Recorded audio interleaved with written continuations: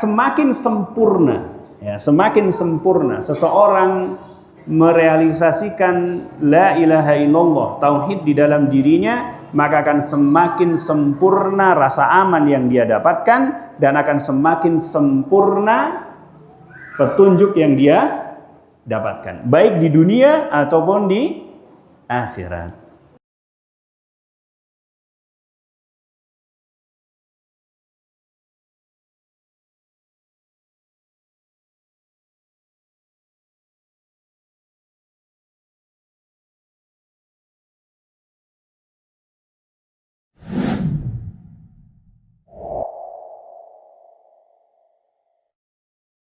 Bismillah. Assalamualaikum warahmatullahi wabarakatuh.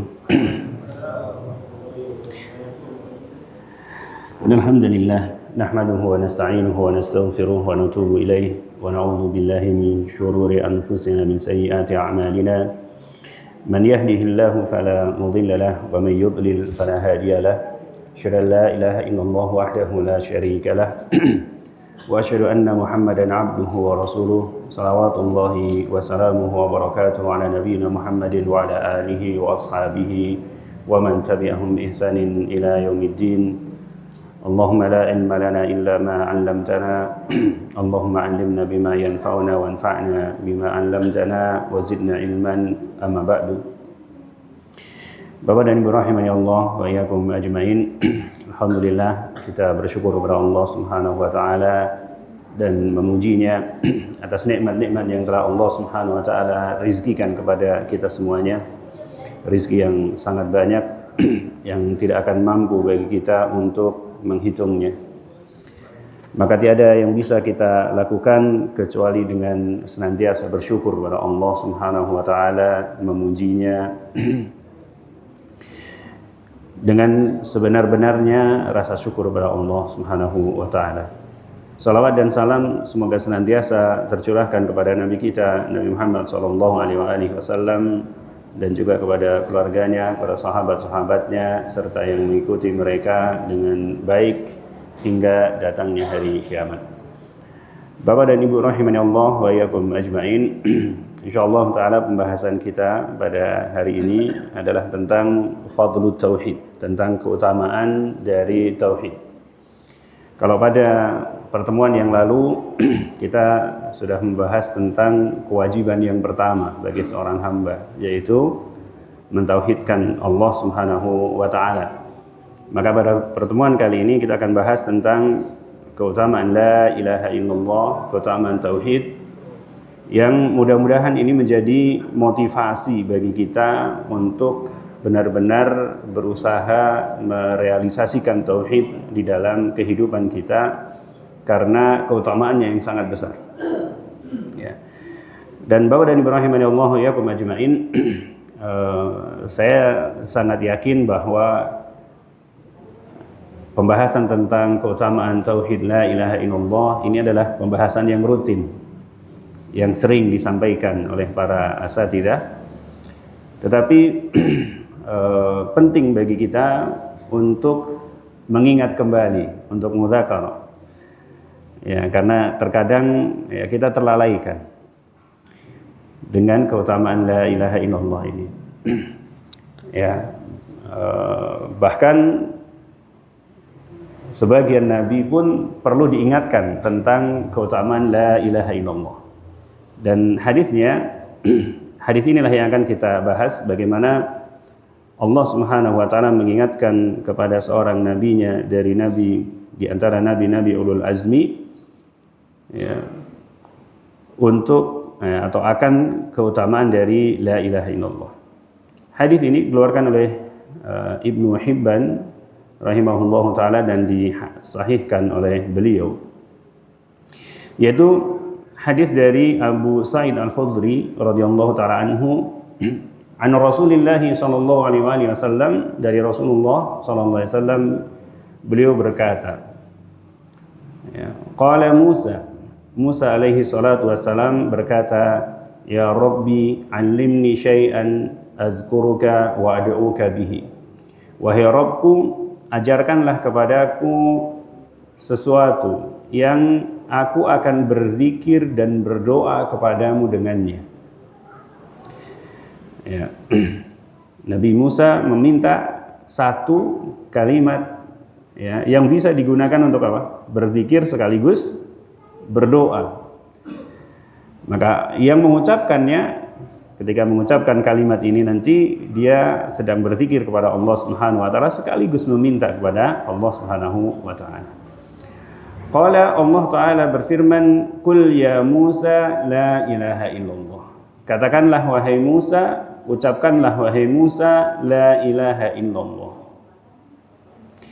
Maka Nabi Musa berkata, kullu ibadika yaquluna hadza. Ya Allah, semua hamba-hambamu mengucapkan kalimat ini, mengucapkan kalimat la ilaha illallah. Hamba-hamba di sini maksudnya adalah hamba-hamba yang beriman. Karena orang kafir mereka nggak mau mengucapkan la ilaha illallah. Ya, maka maksud hamba di sini adalah hamba secara khusus, yaitu hamba yang beriman kepada Allah. Ya. Maka Allah Subhanahu wa taala menyatakan, "Ya Musa, law anna as-samawati as-sab'a wa amirahunna ghairi wal ardina as-sab'a fi kiffatin wa la ilaha illallah fi kiffatin malat bihinna la ilaha illallah." Wahai Musa, kata Allah Subhanahu wa taala, seandainya langit yang 7 dan seluruh penghuninya selain aku, wal ardina sab'a, dan bumi yang 7 ya, dan semua penghuninya diletakkan di satu piring timbangan, dan la ilaha illallah, maksudnya pahala mengucapkan la ilaha illallah, diletakkan di satu piring timbangan, malat bihinna la ilaha illallah, tentu akan lebih berat pahala mengucapkan la ilaha illallah. Ya. Bapak dan Ibu rahimani Allah wa iyyakum ajmain. Di sini Allah Subhanahu wa taala mengingatkan kepada Nabi Musa alaihi salatu wassalam tentang satu di antara keutamaan-keutamaan la ilaha illallah. Bahwasanya la ilaha illallah itu jauh lebih berat jika dibandingkan dengan apa? Dengan langit yang 7. Nggak tahu beratnya berapa itu. Dan semua penghuninya, yaitu siapa? Penghuni langit, para malaikat. Ya. Nabi SAW menyebutkan bahwasanya di langit, ya, dalam satu hadis Nabi SAW mengatakan bahwa langit itu bergetar, seakan-akan mau pecah. Ya. Dan memang layak bagi langit itu untuk dia bergetar, seakan-akan hendak pecah. Kenapa? Nabi SAW menyebutkan tidak ada satu segini apa namanya, satu hasta, ya, selebar 4 jari di langit, kecuali di sana ada malaikat dari malaikat-malaikat Allah Subhanahu wa taala yang mereka bersujud, mereka ruku, mereka berdiri, mereka berzikir kepada Allah Subhanahu wa taala dengan apa yang Allah perintahkan kepada mereka. Ya. Tentunya banyak sekali berarti ya. Karena langit jelas lebih besar daripada bumi. 7 lagi. Ya. Ya, selain Allah Subhanahu wa taala, maksudnya di sini Allah Subhanahu wa taala bukan berada di atas langit nempel ke langit, tidak, tetapi Allah Subhanahu wa taala berada di atas langit, terpisah dari langit itu sendiri. Ya, terpisah dari seluruh makhluknya, sehingga Allah tidak membutuhkan apapun yang ada di bawahnya, bahkan yang ada di bawahnya lah yang membutuhkan Allah Subhanahu wa taala. Dan juga bumi yang 7. Nggak tahu ada yang pernah nimbang nggak bumi beratnya berapa? Ya, kayaknya, tapi ada ya, secara fisika dipelajari ya, berapa massa bumi itu. 7 lapis ditaruh di satu timbangan, itu kalah dengan pahala mengucapkan la ilaha illallah. Ya, ini keutamaan yang sangat agung ya, keutamaan yang sangat besar. Dan tadi saya sampaikan bahwa keutamaan la ilaha illallah itu amat sangat banyak. Amat sangat banyak. Ya. Tidak mungkin disampaikan semuanya di sini. Ya, dari hadis ini kita temukan satu di antaranya bahwasanya apa? Pahala la ilaha illallah lebih berat daripada 7 langit, tujuh bumi dan semua penghuninya. Ya. Bapak dan Ibu rahimani Allah wa iyyakum ajmain. Ini adalah keutamaan yang pertama dari keutamaan la ilaha illallah. Keutamaan yang kedua yang bisa disampaikan di sini adalah bahwa la ilaha illallah itu adalah sebab masuknya seseorang ke dalam surga dan sebab seseorang selamat dari neraka. Dan hadis-hadis yang menyebutkan tentang keutamaan ini amat banyak sekali. Ya. Di antaranya misalnya dalam hadis yang dikeluarkan oleh Imam Al-Bukhari dan Imam Muslim, fa innallaha harrama 'alan nari man qala la ilaha illallah yabtaghi bidzalika wajhallah. Sesungguhnya Allah Subhanahu wa taala mengharamkan atas neraka siapa saja yang mengucapkan la ilaha illallah yang dia semata-mata mencari wajah Allah, mengharapkan pahala di sisi Allah Subhanahu wa taala dengan ucapan la ilaha illallahnya itu. Ini selamat dari neraka, diharamkan dari neraka. Ya.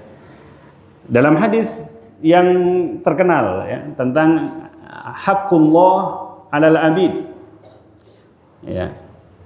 Wa haqqul ibadi 'ala Allah, bahwa di antara hak seseorang yang dia tidak menyekutukan Allah Subhanahu wa taala, bahwa Allah tidak akan menyiksa dia. Tidak akan menyiksa dia. Ya. Dan banyak-banyak yang lainnya yang menyebutkan bahwa la ilaha illallah itu adalah sebab masuk ke dalam surga dan selamat dari neraka. Tetapi kalau kita perhatikan seluruh hadis-hadis yang menyebutkan bahwa la ilaha illallah itu menjadi sebab selamat dari neraka dan sebab masuk ke dalam surga, tidak semata-mata mengucapkan. Ya. Tetapi Nabi SAW selalu mengaitkan dengan satu kalimat di belakangnya. Seperti tadi misalnya, ya bataghi bidzalika wajhallah. Dalam hadis riwayat yang lainnya dengan mustaiqinan biha, dengan meyakini kebenaran dari la ilaha illallah. Di dalam riwayat yang lainnya ghairu syakkin biha, tidak ada sedikit pun keraguan dengan kebenaran la ilaha illallah. Dalam hadis yang lainnya dengan mengatakan khalisan min qalbihi, dengan ikhlas dari dalam hatinya.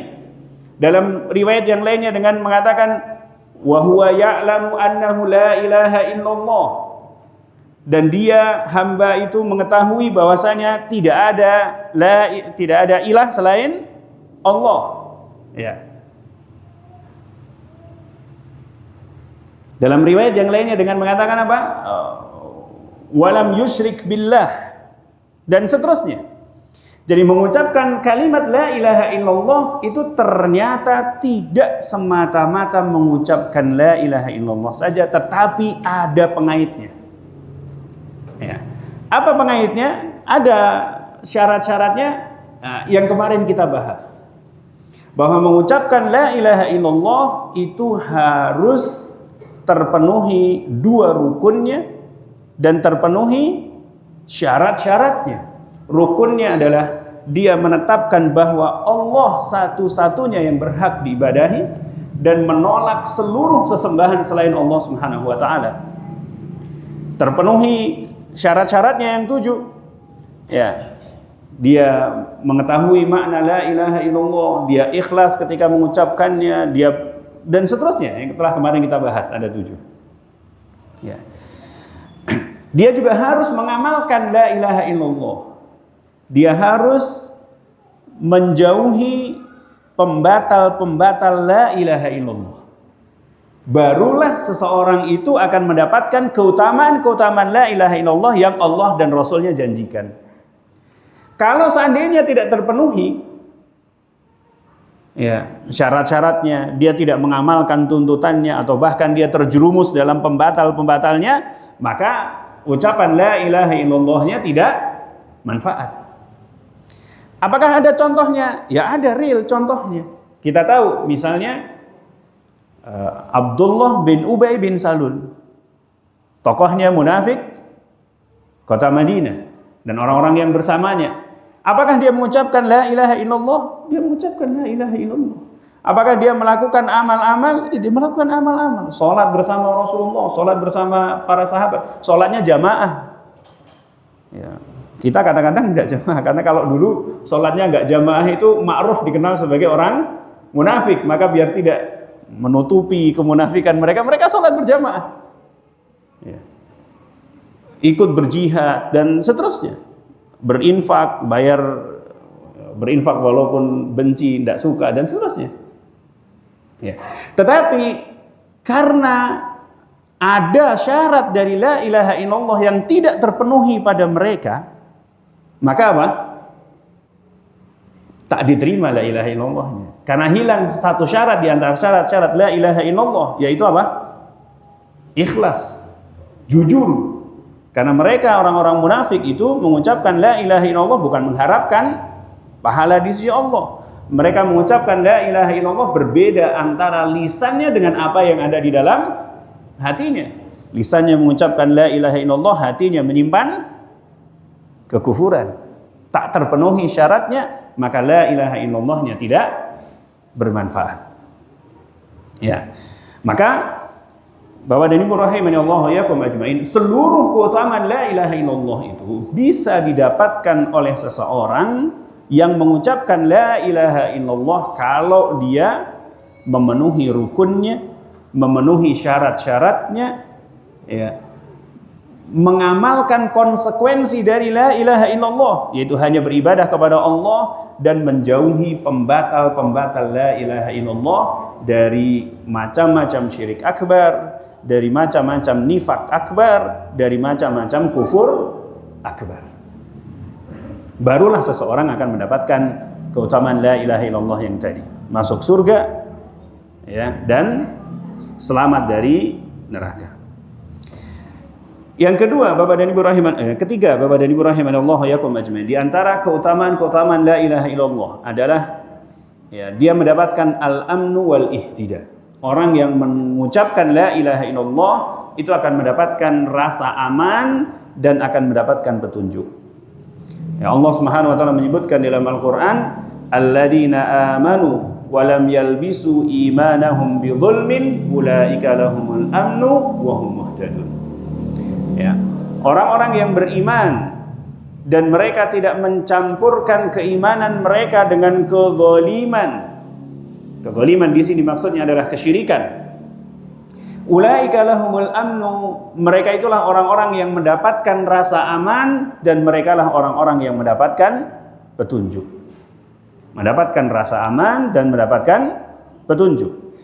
Mendapatkan keamanan di dunia dan mendapatkan keamanan di akhirat. Keamanan di dunia, ya, seorang yang mengucapkan la ilaha illallah itu hartanya haram, jiwanya haram, kehormatannya haram. Tidak boleh dirampas hartanya, tidak boleh diperangi, tidak boleh dicederai kehormatannya, sehingga dia mendapatkan keamanan. Termasuk juga dia mendapatkan rasa aman dari ketakutan, ya. Dan juga mendapatkan rasa aman nanti di akhirat. Karena kita tahu akhirat itu bukan sesuatu yang ringan. Akhirat itu ujian yang sangat berat. Ya, ujian yang sangat berat. Di padang mahsyar itu ujian yang berat. Ketika dihisab di hadapan Allah itu juga sesuatu yang sangat berat. Kita dihisab itu kita melihat neraka ada di depan kita. Ya.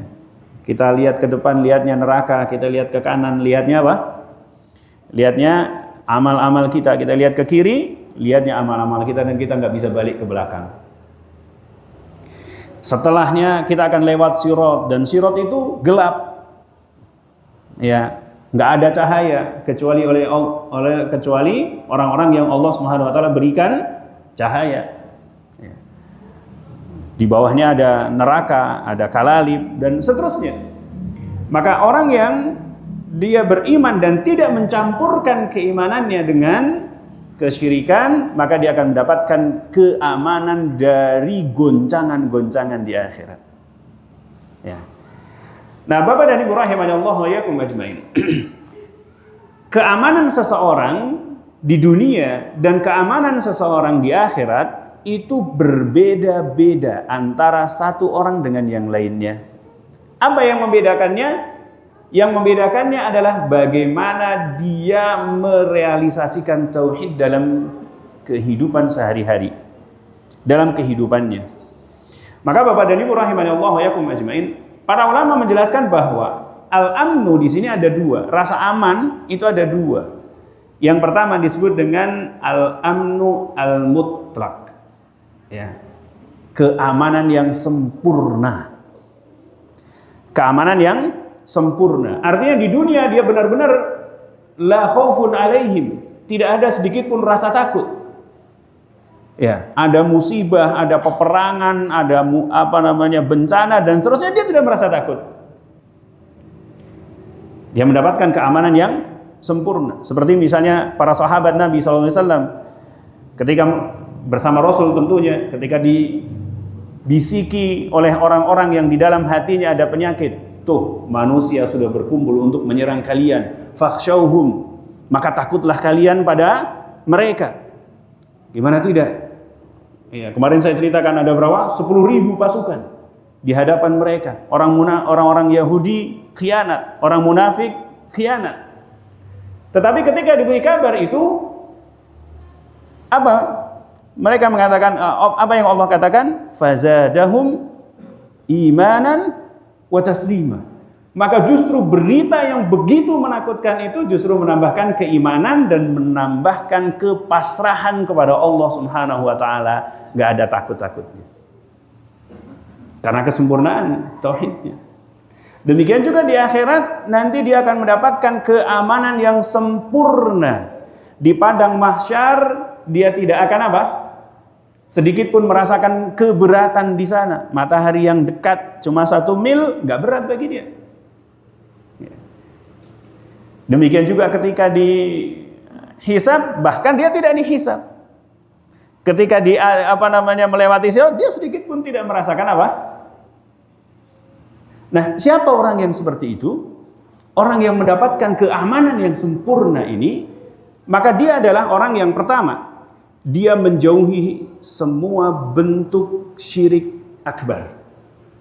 Semua pembatal-pembatal keimanan dia jauhi. Ya. Dia menjauhi semua bentuk syirik akbar, semua bentuk kufur akbar, dan semua bentuk nifak akbar. Yang kedua, dia menjauhi dosa-dosa besar. Dia menjauhi dosa-dosa besar. Yang ketiga, ya, dia melakukan semua perkara yang diwajibkan. Ya, melakukan semua perkara yang diwajibkan. Maka orang yang seperti ini, dia sudah mendapatkan al-amnu al-mutlaq. Ya, keamanan yang sempurna. Dan dia bisa mendapatkan lebih tinggi lagi kesempurnaan keamanannya dengan dia meninggalkan perkara yang makruh, melakukan perkara yang mustahab, meninggalkan perkara yang tidak utama dan mengambil yang utama. Maka dia benar-benar sempurna. Orang-orang yang seperti inilah yang akan masuk surga tanpa hisab, tanpa azab. Ya. Meninggalkan semua bentuk kesyirikan dan pembatal-pembatal keislaman, meninggalkan perkara yang haram, kemudian melakukan perkara yang diperintahkan, mengerjakan perkara yang sunnah, meninggalkan perkara yang makruh, dan mengambil yang utama. Ya, mengambil yang utama dari amal-amal yang utama dan meninggalkan yang tidak utama. Ya. Ini yang paling sempurna, maka dia akan tinggi nanti derajatnya di surga. Maka minimal Bapak dan Ibu rahimani Allah wa yakum ajmain, kita harus bisa memenuhi syarat yang pertama dan kedua. Apa itu? Menjauhi semua bentuk pembatal keimanan dari syirik, kufur ataupun nifak. Kemudian 3 berarti ya, melakukan perkara yang wajib dan meninggalkan perkara yang haram. Ya, karena ini akan menjadi apa? Syarat seseorang itu selamat dari neraka dan masuk ke dalam surga. Kalau pengen sempurna lagi, ya tambahkan yang tadi sisanya. Ya. Yang kedua, Bapak dan Ibu rahimani Allah yakum ajmain, bentuk rasa aman itu disebut dengan mutlaqul amni, sekedar rasa aman. Dia mendapatkan rasa aman, tetapi rasa amannya tidak sempurna. Artinya apa? Bisa jadi dia akan mendapatkan sebagian dari rasa takut. Nah, orang yang seperti ini adalah orang yang dia menjauhi pembatal-pembatal keimanan dari syirik, kemudian apa? Nifak dan kekafiran, tetapi bisa jadi dia terjerumus dalam sebagian dosa-dosa, atau dia meninggalkan sebagian kewajiban-kewajiban. Para ulama menekankan selain sholat, karena untuk sholat itu diperselisihkan oleh para ulama kalau dia meninggalkan sholat. Ya. Maka orang yang seperti ini, dia menjauhi syirik akbar, menjauhi kufur akbar, menjauhi nifak akbar, tetapi terjerumus dalam sebagian dosa atau meninggalkan sebagian kewajiban, dia mendapatkan keamanan, tetapi tidak sempurna keamanannya. Bisa jadi di dunia dia dihukum dengan apa? Dicambuk misalnya kalau dia pemuda kemudian berzina, atau dia minum minuman keras, maka dia dicambuk, atau dia mencuri, maka dipotong tangannya, dan seterusnya. Di akhirat pun dia tidak akan mendapatkan keamanan yang sempurna, karena dia diancam. Ya, orang yang mencuri dia diancam, orang yang tidak membayar zakat dia diancam, orang yang tidak memakai hijab dia diancam, orang yang dan seterusnya. Dari perbuatan-perbuatan dosa dan meninggalkan kewajiban ada ancaman-ancaman, dan sangat mungkin Allah Subhanahu wa taala menjalankan ancamannya. Bahkan para ulama menegaskan bisa dipastikan ada ahli tauhid yang orang tidak melakukan kesyirikan, syirik akbar, nifak akbar, kufur akbar, bisa dipastikan ada yang masuk ke dalam neraka. Waliyadzubillah. Ya. Jadi ada kalangan ahli tauhid yang dipastikan masuk ke dalam neraka. Apa sebabnya? Ya tadi, meninggalkan sebagian kewajiban atau melakukan sebagian perkara yang haram. Ya, maka keamanannya tidak sempurna. Nah, Bapak dan Ibu rahimani Allah wa iyyakum ajmain, al-ihtida, petunjuk, demikian juga petunjuk itu ada petunjuk di dunia, ada juga petunjuk di akhirat. Dan ya, petunjuk di dunia itu adalah ilmu dan amal. Ya, ilmu dan amal. Ini dua perkara yang paling berharga bagi kita. Ya, ilmu tanpa amal nggak sempurna, amal tanpa ilmu ya sesat, ya enggak? Ya. Kalau ilmu tanpa amal itu akan menjadi apa? Maghdubi alaihim.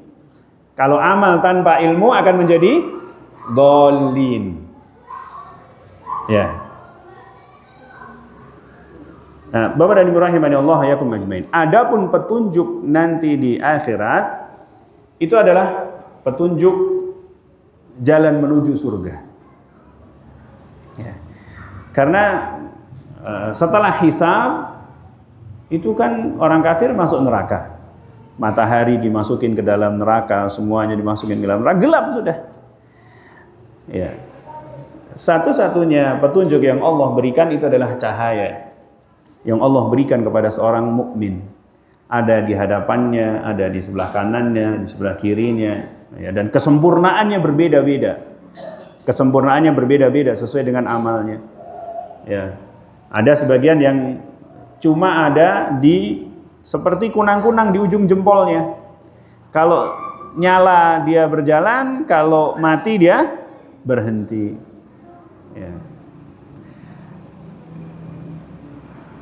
Nah, petunjuk ini ada juga yang petunjuk yang sempurna dan ada petunjuk yang tidak sempurna. Ada yang disebut dengan al-ihtida al-mutlaq, petunjuk yang sempurna. Dan ada mutlaqul ihtida, petunjuk yang tidak sempurna. Ya. Ada seseorang yang Allah berikan petunjuk berupa ilmu dan amal dengan sempurna. Ada yang seperti itu, ya banyak. Contohnya siapa? Ya, contohnya para sahabat Nabi Shallallahu Alaihi Wasallam yang jelas Allah sudah tazkiyah mereka. Ya. Dan kita merasakan, ya, kita terkadang kita mendapatkan petunjuk tentang ilmu, tetapi untuk amalnya berat, ya kan? Kadang-kadang kita juga melakukan satu amalan, tetapi kita lupa dalilnya di mana. Kayaknya kenapa melakukan amalan itu? Ya kita lihat kebiasaan kaum muslimin seperti itu sih, ya kan? Atau ajengannya atau ustadznya melakukan hal yang seperti itu, maka kita juga melakukan hal yang seperti itu. Atau kita pernah mendengar dalilnya tapi lupa ingat, lupanya dua, ingatnya satu. Ya, Bapak dan Ibu rahimani Allah wa iyyakum ajmain. Ya, ini adalah yang kedua. Maka semakin sempurna seseorang merealisasikan la ilaha illallah, tauhid di dalam dirinya, maka akan semakin sempurna rasa aman yang dia dapatkan dan akan semakin sempurna petunjuk yang dia dapatkan, baik di dunia ataupun di akhirat. Ya. Bapak dan Ibu rahimani Allah wa iyyakum ajmain. Itu yang kedua. Yang ketiga adalah masa ketiga sih? Keempat ya. Yang keempat adalah takfirul dzunub. Ya, dimaafkannya, dihapuskannya dosa-dosa. Dan hadis yang menunjukkan tentang hal ini banyak sekali. Ya, di antaranya hadis tentang yang dikeluarkan oleh Imam At-Tirmidzi. Ya. Rasulullah SAW menyebutkan dalam satu hadis qudsi bahwasanya nanti akan dihadirkan di hadapan seluruh makhluk ada seseorang yang dia memiliki 99 gulungan catatan amal. Seluruhnya isinya keburukan. Satu gulungan catatannya itu sejauh mata memandang. Kemudian dia dihadirkan di hadapan Allah Subhanahu wa taala, lalu ditanya, ya, atungkiruna syai'an, apakah engkau mengingkari sesuatu saja dari catatan amal keburukan ini? Dia mengatakan tidak. Ya. Kemudian ditanya lagi, adzalamaka, apakah malaikat-malaikat pencatat amalku mendolimimu? Dia mengatakan tidak. Ya. Kemudian ditanya, alaka udhrun, apakah kamu memiliki uzur? Dia mengatakan tidak. Ditanya lagi, alaka hasanatun, apakah kamu memiliki satu saja kebaikan? Dia pikir-pikir, nggak ketemu juga, maka dia mengatakan tidak.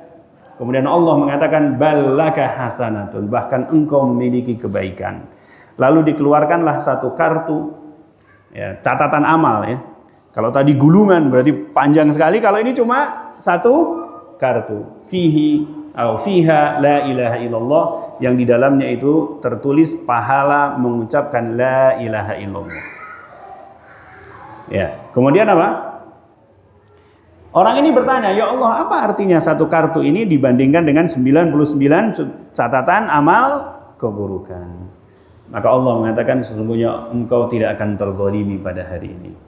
Maka 99 itu diletakkan di satu piring timbangan, kemudian kartu itu diletakkan di piring timbangan yang lainnya, lalu Nabi SAW mengatakan, ya, fatosat asijillat, maka gulungan catatan amal keburukan itu terlempar, ya, dan wamalat biha la ilaha illallah, dan lebih condong, lebih berat la ilaha illallah, karena tidak ada sesuatu yang lebih berat di mizan melebihi nama Allah Subhanahu wa taala. Ya.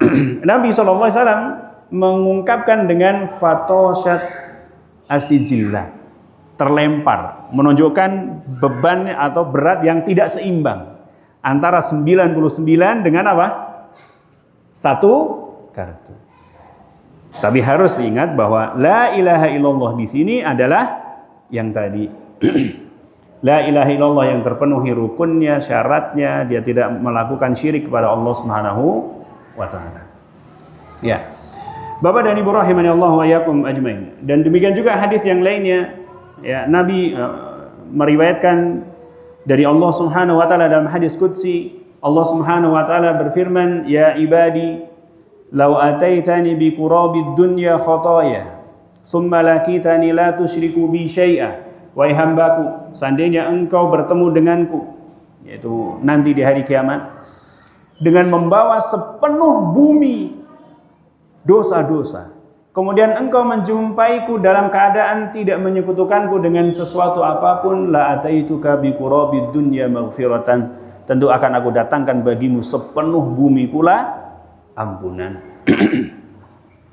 Ya. Maka la ilaha illallah yang sempurna itu apa? Tidak akan menghapuskan seluruh dosa-dosa. Ya.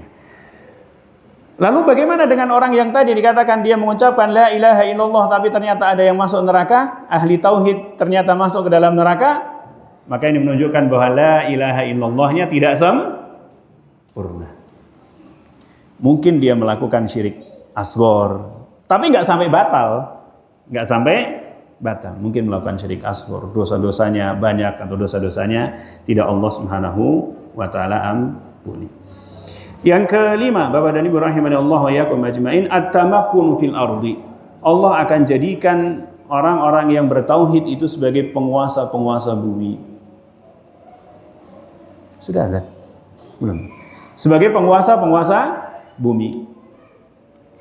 Ya, mungkin kita sering dengar ayo tegakkan khilafah, ayo tegakkan khilafah, ayo tegakkan khilafah. Ya. Khilafah itu adalah fadlun minallah.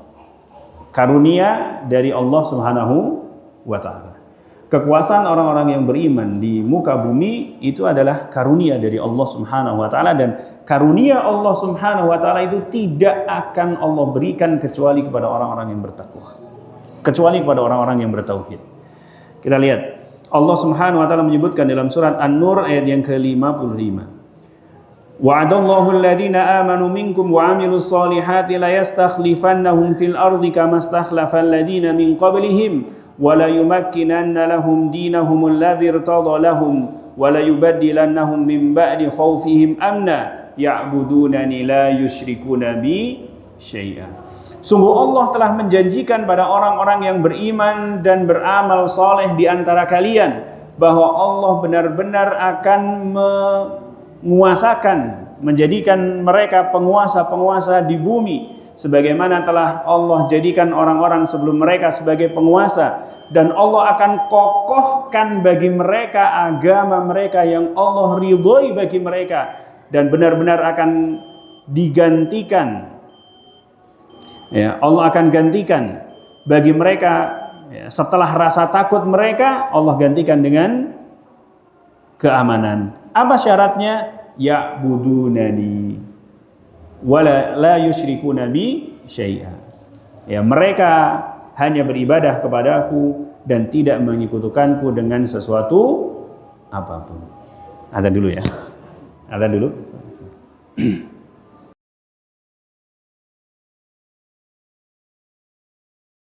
Bismillah, alhamdulillah, salatu wassalamu ala rasulillah wa ala alihi wa sahbihi wa mawalah, amma ba'du. Ya, Bapak dan Ibu rahimanallah yakum ajmain, kita tambahkan dua ringkas saja. Yang keenam adalah as-sabatu inda fitnatil qabri, yaitu sabat, kokoh, tegar. Ya, ketika menghadapi fitnah kubur, pertanyaan dua malaikat di alam kubur. Allah Subhanahu wa taala sebutkan dalam Al-Qur'an, yusabbitullahu alladhina amanu bil qawli tsabiti fil hayatid dunya wa fil akhirah wa yudhillullahu adh-dhalimin. Allah Subhanahu wa taala menyatakan Allah Subhanahu wa taala akan mengokohkan orang-orang yang beriman, ya, Tentunya iman di sini adalah iman yang tadi terpenuhi syarat-syarat dan rukun-rukunnya. Bil qauli tsabiti, dengan perkataan yang teguh fil hayatid dunya, di kehidupan dunia. Yaitu dia akan tetap istiqomah di atas la ilaha illallahnya sampai dia mati. Ya. Wa fil akhirah, dan di akhirat. Para ulama menyebutkan bahwa yang dimaksud dengan fil akhirah adalah inda fitnatil qabri. Salah satunya adalah ketika fitnah kubur. Dan kita tahu fitnah kubur, Bapak dan Ibu rahimanallahu wa iyyakum ajmain, bukan sesuatu yang ringan. Ya, bukan sesuatu yang ringan. Bahkan dia adalah fitnah yang paling besar. Ya. Fitnah yang sangat besar. Ya. Karena yang bertanya kepada kita adalah malaikat yang mereka akan datang dalam wujud yang aslinya. Ya. Maka tidak ada yang bisa selamat dari fitnah kubur ini kecuali orang-orang yang Allah Subhanahu wa taala selamatkan. Dan di antara sebab keselamatan ketika fitnah kubur itu adalah seorang yang apa? Seorang yang menjaga keimanannya, menjaga tauhidnya, dan berusaha menyempurnakannya. Yang ketujuh adalah husulus syafa'ah, mendapatkan syafaat. Ya, mendapatkan syafaat. Dalam satu hadis yang dikeluarkan oleh Imam Al-Bukhari dari Abu Hurairah radhiyallahu taala anhu, ya, bahwasanya Abu Hurairah radhiyallahu taala anhu bertanya kepada Rasulullah sallallahu alaihi wasallam, "Ya Rasulullah, man as'adun nasi bi syafa'atika yaumal qiyamah?" Siapakah manusia yang paling berbahagia dengan syafaatmu pada hari kiamat nanti? Maka Rasulullah SAW menjawab, laqad dhanantu ya Aba Hurairah, sungguh aku telah yakin wahai Abu Hurairah, an la yas'alani an hadzal hadithi ahadun awwala minka. Aku sudah yakin wahai Abu Hurairah bahwa tidak akan ada orang yang akan bertanya tentang perkara ini seorang pun yang mendahului engkau. Ketika aku melihat semangatmu atas hadis. Kemudian Nabi SAW melanjutkan, as'adun nasi bi syafa'ati yaumal qiyamah man qala la ilaha illallah khalisan min qalbihi au nafsihi. Orang yang paling berbahagia dengan syafaatku kelak di hari kiamat adalah orang yang mengucapkan la ilaha illallah dengan ikhlas dari dalam hatinya atau dari dalam jiwanya. Ya. Bapak dan Ibu rahimanallahu wa iyyakum ajmain. Ini adalah yang ketujuh, yaitu mendapatkan syafaat. Dan kita tahu syafaat itu hanyalah dengan izin dan ridho Allah Subhanahu wa taala. Izin bagi orang yang hendak memberikan syafaat dan keridhaan Allah Subhanahu wa taala kepada orang yang diberi syafaat. Dan orang yang Allah ridhoi ketika diberi syafaat hanyalah orang yang bertauhid. Karena Allah Subhanahu wa taala menegaskan di dalam Al-Qur'an, wala yardha li ibadihi al-kufr. Dan Allah Subhanahu wa taala itu sama sekali tidak ridho kekafiran pada hamba-hambanya. Ya, maka hanya ahli tauhid saja yang akan mendapatkan syafaat nanti. Ya. Dalam riwayat yang lainnya, syafaati li ahlil kabairi min ummati. Syafaatku bagi para pelaku dosa besar dari kalangan umatku, yaitu ahli tauhid yang mereka terjerumus ke dalam dosa-dosa besar dan belum sempat bertaubat. Kemudian Allah berkehendak untuk tidak mengampuni mereka sehingga mereka ditetapkan untuk masuk ke dalam neraka. Ketika sudah ada ketetapan masuk ke dalam neraka, maka Allah Subhanahu wa taala mengizinkan kepada sebagian dari hamba-hambanya untuk memberikan syafaat. Sehingga ada dari ahlul kabair yang semestinya dia masuk ke dalam neraka, dengan sebab syafaat dia tidak jadi masuk ke dalam neraka. Atau yang semestinya, atau yang sudah masuk ke dalam neraka kemudian keluar darinya. Dan itu hanya bagi ahli tauhid saja.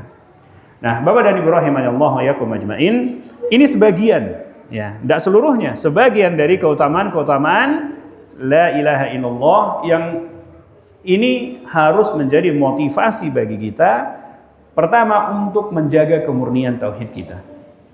Yang kedua, untuk berusaha menyempurnakan tauhid kita. Setidaknya kita menyempurnakan yang wajibnya. Karena kesempurnaan tauhid itu ada dua. Yang pertama adalah kesempurnaan yang wajib, yaitu menjauhi segala bentuk pembatal keimanan, syirik, kufur dan nifak. Karena ini adalah syarat minimal untuk tidak kekal di neraka dan mendapatkan keutamaan-keutamaan yang lainnya. Ya. Kemudian sempurnakan kewajiban-kewajiban, jauhi perkara-perkara yang haram. Kalau seandainya sudah terlanjur terjerumus ke dalamnya, segera bertobat kepada Allah Subhanahu wa taala. Terus bertobat. Setiap hari kita bertobat, karena ada saja dari dosa-dosa yang kita kerjakan. Ya. Selalu ada dosa-dosa. Setiap hari itu kita pasti melakukan dosa-dosa.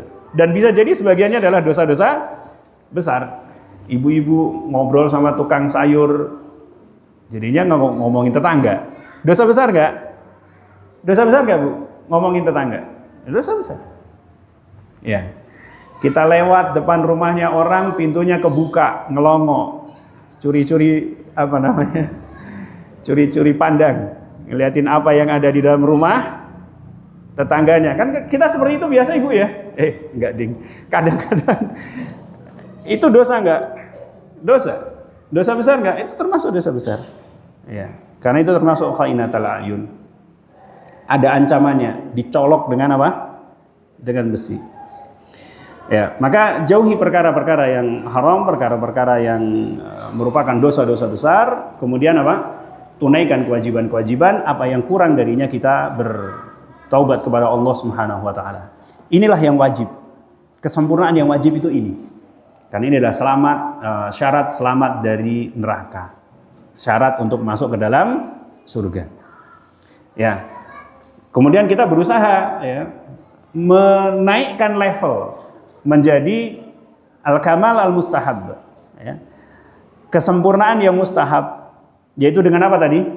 Melakukan perkara-perkara yang sunnah, meninggalkan perkara yang makruh, melakukan perkara-perkara yang afdol. Karena ini akan menentukan tingginya derajat seseorang di dalam surga. Kalau yang wajib tadi adalah syarat masuk surga, kalau yang kamalul mustahab, melakukan perkara-perkara yang sunnah, itu akan meninggikan derajatnya di dalam surga.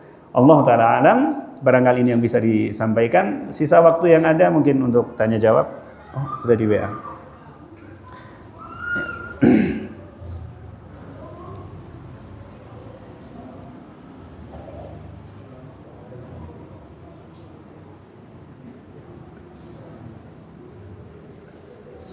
Ya, ada langsung tiga pertanyaan. Pertanyaan yang pertama, Bismillah Ustadz, izin bertanya, ya, diizinkan. Terkait tadi disampaikan tentang berilmu tanpa amal dan beramal tanpa ilmu, apakah salah satu dari keduanya dosanya lebih besar dari yang lainnya? Allah Ta'ala alam ya. Mana yang lebih berat? Tetapi yang jelas dua-duanya disebutkan di dalam Al-Quran. Ghairil maghdubi alaihim waladhdallin. Ada ancaman yang keras bagi orang-orang yang mereka memerintahkan kepada kebaikan dan meninggalkan amal. Atamuruna an-nasa bil birri wa tansawna anfusakum. Ada ancaman keras di sana. Tetapi ada ancaman yang keras juga bagi apa? Orang yang melakukan amal tanpa ilmu, ya enggak? Ya. Man amila amalan laisa alaihi amruna fa huwa raddun. Ya. La'anallahu man ghayyara manaral ardi, dan seterusnya sampai pada akhirnya la'anallahu man awa muhditsan atau la'anallahu man awa muhdatsan. Semoga Allah melaknat orang-orang yang membantu pelaku kejahatan, muhditsan, atau muhdatsan. Semoga Allah melaknat orang-orang yang membantu menolong para pelaku kebid'ahan.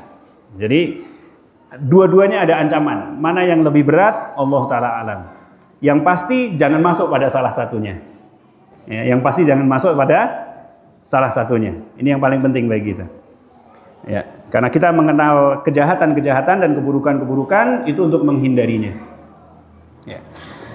Yang kedua, hukum mengucapkan sumpah demi Allah, demi Rasul. Ya, ini kebiasaan bagi sebagian masyarakat. Ya. Mereka ketika bersumpah itu demi Allah, demi Rasulullah. Ya, mungkin tujuannya adalah mengagungkan Rasulullah Shallallahu Alaihi Wasallam. Sebagian mengucapkan demi Ka'bah dan seterusnya. Nah, Bapak dan Ibu rahimahullah wa iyyakum ajmain, ini adalah perkara yang terlarang. Ya, perkara yang terlarang. Ya, karena Nabi SAW mengatakan, ya, man yahlif falyahlif billah aw liyasmut. Barang siapa yang hendak bersumpah, maka hendaknya dia bersumpah dengan menyebut nama Allah atau hendaknya dia diam. Ya. Dalam riwayat yang lainnya Nabi SAW mengatakan, ya, man halafa bi ghairillahi faqad asyraka. Siapa yang bersumpah dengan menyebut nama selain Allah, maka dia telah syirik. Ya, syirik di sini adalah syirik asghar. Syirik yang tidak mengeluarkan pelakunya dari Islam. Ya. Tetapi yang pasti bersumpah dengan nama selain Allah itu tidak boleh. Ya, ini yang pertama. Yang kedua, Bapak dan Ibu rahimahullah wa iyyakum ajmain, ini nasihat bagi kita, kurangi bersumpah. Ya, kurangi bersumpah. Ya, para salaf dahulu itu mereka tidak bersumpah kecuali dengan perkara-perkara yang sangat penting atau ketika mereka diminta. Bahkan sebagian salaf itu kalau mendengar anak-anaknya bersumpah walaupun pada perkara yang benar, itu kadang-kadang dipukul sama bapaknya. Sebagai ta'diban, sebagai pendidikan kepada mereka, untuk mengagungkan Allah Subhanahu wa taala, jangan sampai menjadikan nama Allah Subhanahu wa taala itu sebagai jaminan dari ucapan-ucapan kita. Ya. Wala taj'alullaha urdhatan liaimanikum. Tetapi kalau diminta untuk bersumpah dan itu memang penting banget, silahkan bersumpah. Ya, tetapi hanya dengan menyebut nama Allah Subhanahu wa taala. Ya, pertanyaan yang ketiga, apakah ada hukum karma dalam Islam? Tidak ada hukum karma dalam Islam. Ya, hukum karma itu adalah keyakinannya wasaniyun, ya. Keyakinannya para penyembah berhala. Di dalam Islam yang ada adalah al-jaza'u min jinsil amal, dan ini berbeda konsepnya dengan karma. Ya, al-jaza'u min jinsil amal, balasan itu ya sesuai sama dengan apa yang dia kerjakan. Ya. Ini yang ada adalah itu al-jaza'u min jinsi al-amal. Ya, beda konsepnya. Kalau karma itu pasti, ya. Pokoknya kalau melakukan kejahatan pasti dapat kejahatan yang sama persis atau setimbang. Biasanya sama persis, ya. Kalau kamu misalnya, kalau kamu selingkuh, kamu akan diselingkuhi, kan, gitu. Sementara al-jaza'u min jinsil amal tidak seperti itu. Kemudian dalam al-jaza'u min jinsil amal itu ada sisi taubat. Jadi bisa jadi seseorang itu melakukan satu kesalahan lalu dia bertobat kepada Allah Subhanahu wa taala, maka kesalahannya dihapuskan dan dia tidak dihukum dengannya, bahkan bisa jadi diganti dengan kebaikan. Sedangkan hukum karma itu sesuatu yang pasti. Orang yang melakukan kejahatan walaupun sudah tetap dia akan mendapatkan kejahatan yang sama. Allah taala a'lam. Cukup, ya? Gak ada lagi ya pertanyaannya atau masih ada? Saya tadi ada satu yang terlewatkan tentang orang yang tidak melakukan amal kebaikan sama sekali tadi, ya. Kan apakah dia meninggalkan semua kewajiban? Tentunya tidak. Ya, sebagian para ulama menjelaskan bahwa maksud dari orang yang dia tidak mendapatkan satupun kebaikan-kebaikan itu diantara kemungkinannya adalah orang itu adalah orang yang banyak melakukan kezaliman kepada orang-orang yang lain. Sehingga aslinya dia punya kebaikan, mungkin ada pahala sholatnya. Karena kalau tidak sholat sama sekali,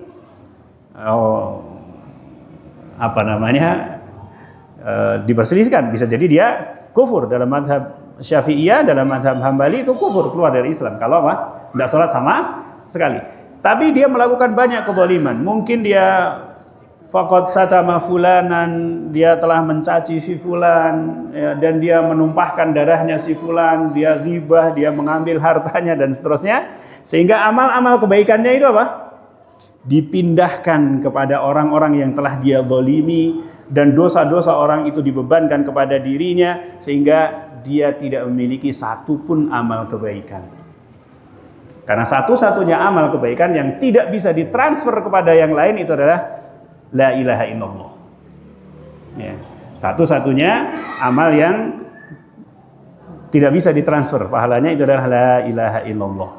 Itulah kenapa la ilaha illallah itu tidak bisa diwakilkan. Nikah bisa diwakilkan nggak, Pak? Bisa nggak nikah diwakilkan? Bisa nggak? Rasulullah SAW ada di Madinah. Beliau dinikahkan dengan siapa? Ummu Salamah. Di mana waktu itu Ummu Salamah? Di Habasyah. Diwakilkan. Boleh. Jadi antum boleh diwakilkan. Menikahkan boleh nggak diwakilkan? Boleh. Ya. Istighfar untuk orang lain boleh nggak? Boleh nggak istighfar untuk orang lain? Boleh. Ya. Sedekah untuk orang lain? Boleh. Ya. Tetapi syahadat tidak. Itulah kenapa para khatib itu mengucapkan apa? Innal hamdalillah nahmaduhu, kami memujinya. Kemudian nahmaduhu wa nasta'inuhu wa nastaghfiruh wa na'udzu billahi min syururi anfusina wa min sayyiati a'malina. Semuanya dengan dhamir jamak kami, berarti yang berbicara sekaligus yang mendengarkan. Tetapi ketika syahadat enggak, dia mengucapkan asyhadu alla ilaha illallah, dan dia tidak mengucapkan nashhadu alla ilaha illallah, karena la ilaha illallah memang tidak bisa diwakilkan. Allah ta'ala alam, barangkali ini saja yang bisa disampaikan pada pertemuan kita kali ini. Mohon maaf kalau ada salah kata, dan kita memohon kepada Allah Subhanahu wa taala kebaikan-kebaikan dari majelis kita ini, menjadikannya sebagai amal yang bermanfaat, menjadikannya sebagai timbangan pemberat timbangan amal-amal kita nanti di akhirat, dan kita meminta ampun kepada Allah Subhanahu wa taala dari kesalahan-kesalahan dan kekurangan kita di majelis kita ini. Wassallallahu ala nabiyina Muhammadin wa ala alihi wa ashabihi wa man tabi'ahum bi ihsanin ila yaumiddin. Subhanallahi bihamdika asyhadu an la ilaha illa anta astaghfiruka wa atubu ilaik. Assalamualaikum warahmatullahi wabarakatuh.